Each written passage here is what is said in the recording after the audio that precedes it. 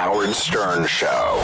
When you went to the Oscars this time, they did not want you to be in character, right? That's right. That's right. Okay. So the way I heard it is you were like, fuck you. I'm going to the Oscars. You snuck in the outfit. My wife's going to hide the outfit in her purse or something. Yeah. And I am going to go backstage, and I'm going to come out and present with Olivia Wilde. Beautiful woman, by the way. Beautiful. And I am going to do whatever the hell I want. Yes. Right? Are you nervous at this point to do something like that, or you've done this so many times that you're not nervous? No, I was nervous, and I'll tell you why. Because obviously the racial issue was a big issue at the Oscars. It was the issue. The issue. And I decide, you know what, I'm going to do Ali G. And the problem is, you know, the HBO show was a while back. It was 10 years ago. Right. At its height, it had maybe 1.5 million viewers. The Oscars is going out to 300 million people. Right. And I think, all right, I'm doing a character who thinks he's black. He's black, yeah. But they're going to introduce me as Sacha Baron Cohen, and my first line is going to be, I know what you was all thinking. You know, the Academy has brought on yet another token black presenter. Yeah. I love that line. But I'm thinking, all right, if you know Ali G, you're going to realize that's funny. If you don't know who Ali G is, in other words, 99% of the people out there, you're going to think that Sacha Baron Cohen is pretending to be black. Right. And so I did get worried, and then on the way in, I told two people. I told one English guy at the Oscar. I said, "Don't tell anyone. You know, I'm going to do Ali G." Right. And he goes, "Oh, really?" I go, "This is my first line. Tell me what you think." He goes, "Do not do that, man. That's actually racist." And he's going, "That's racialist." So, yeah, racialist. Yeah. And then on the way in, I saw Dave Chappelle. I'm like, they've taken me backstage, and I was like, I met Dave once before. And I think he's a great comedian. A great comedian. I said, Dave, he's like with his posse. I go, Dave, I need you for 35 seconds, please. He's like, Great. Dave, I'm going on. I'm doing Ali G. This is my first line. Tell me whether I'm going to get killed. He's like, it's great. Get out there and do it. And so we went backstage, and then me and my wife disappear into this toilet for 40 minutes because she has to put on the beard, you know, with the glue and all that kind of. By the way, what was Dave Chappelle doing at the Oscars? I've got no idea. Yeah, because, I mean, he was, and why was he not boycotting? Yeah. You know what I mean? Well, he didn't appear on stage, but... Right. So if Chappelle had said no to you and said, I think that's kind of racist, you wouldn't have done that opening line? Because I thought that was the best. I was worried about the open, because again, logically, there was a problem with it, in that if most people would think I'm a racist, you know, which I didn't want to do. So you couldn't just do a joke for the 1%. Are you sure it was Chappelle that you were talking to? Imagine we find out he wasn't there. I wasn't there. Right. Yeah. So did you? I also read that Robin. It was Robin. It was Robin. I also read that you ran it by Chris Rock. Did you talk to him at all? Yes, yeah. I mean, so now you're in the bathroom. You're hiding out for 45 minutes while your wife is... But basically, LA is the only place where you can disappear into the bathroom with another woman for 45 minutes and nobody asks any questions. Right. It's you know, not that was like, yeah. But aren't they looking for you? Yeah, they're looking for me, and like I've got my publicist telling them that I've got terrible diarrhea.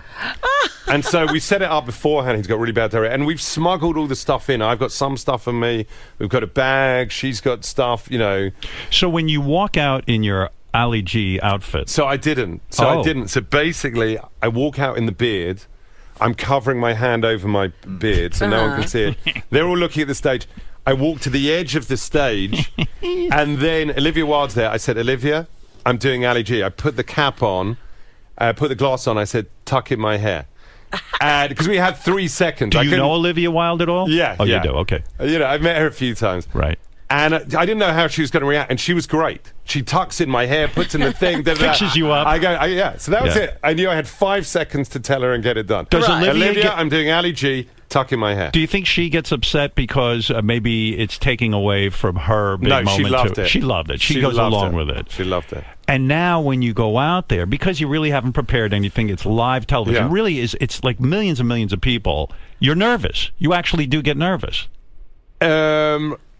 Well, I was worried because I went out there and I didn't hear any reaction. Gasp. And nothing. Yeah. And then I realized actually eventually the camera was not on me, which was right. And then when they saw me, there was a little a pleasant bit of applause. It's amazing to me, your career, because it's always like you got to have a stomach ache with your career, because you're going out and you're either like doing something by surprise. It's like no matter how famous you get or successful you get, you keep putting yourself in the shit position. I'm always trying to get fired. Well, you know the same thing, Howard. Yes, it's like you. I mean, I got to say, I do feel an affinity for you, and I do, as you know, I said it last time, I've always been a great admirer of your work. No, I relate to this because it makes me think back to when I was Fartman at MTV, and I didn't tell them because they would have stopped it. They told me not to do it, and it's just so nerve-wracking. No, we did one, talking of MTV, I hosted one MTV Awards as Borat. Right.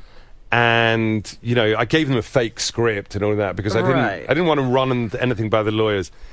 And I get the contract. It's the day of the award show.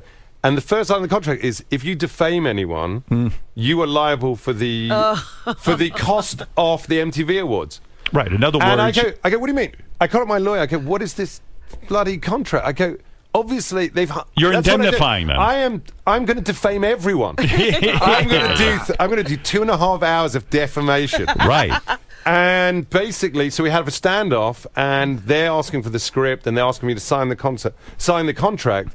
It comes down to 5 minutes before the show, and I'm saying, I'm not going out. Find another host. Right. And eventually, the head of Viacom okays it. Sonia Redstone or Les Moonves or someone like that. Yeah, someone like that. So you not play Sonia Redstone, the guy, can't remember his name. Right. So you play poker with them in a sense because you have to. You can't indemnify a network. No, I didn't have. My first line was calling Madonna a man, so. And then the idea was if Madonna sues, you're responsible for all the legal problems. Exactly. And everyone's shouting, where's the script? We need to run it by the managers. By the way, that night, we got uninvited from every single party in town. We ended up having a drink as me and my co-writer alone in the hotel bar. There are amazing parties around town. You've hosted the MTV Awards. It's your triumphant night in front of America and the world. Yeah. And you're alone. You're an outcast. I'm disinvited from everyone. And in a way, you take such pleasure in that, even though it's hurtful and it makes your stomach ache, I imagine. But it's still kind of cool, right? Yeah, I don't know what it is.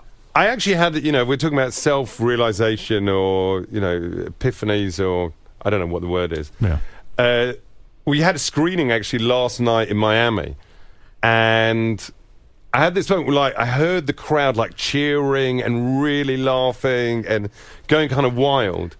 And I had this realization. It was fairly cheesy, but I said at the end, I go, listen, I realized during that screening, this is why I do it. I work really hard. Occasionally I risk going to jail or going to hospital or falling out with studios because I want to hear you guys laugh like that. I want to hear you guys cheer. And that's why I do it. And it was this realization. It sounds cheesy. No, it doesn't. I'm doing it for the fans. It's worth all the hassle if at the end of the day when people are sitting there, they think you did your job. Yeah. And you kind of move the needle a little bit. Just when things get really conservative. Yeah. Hey, wait a second. I just did something outrageous that everyone thinks that you can't do in a movie, and I did it. Yeah. And that's what's so great about it, because otherwise entertainment gets a little too safe, right? Well, it's boring. look at Hollywood now. I mean, essentially what they realized is that to make money,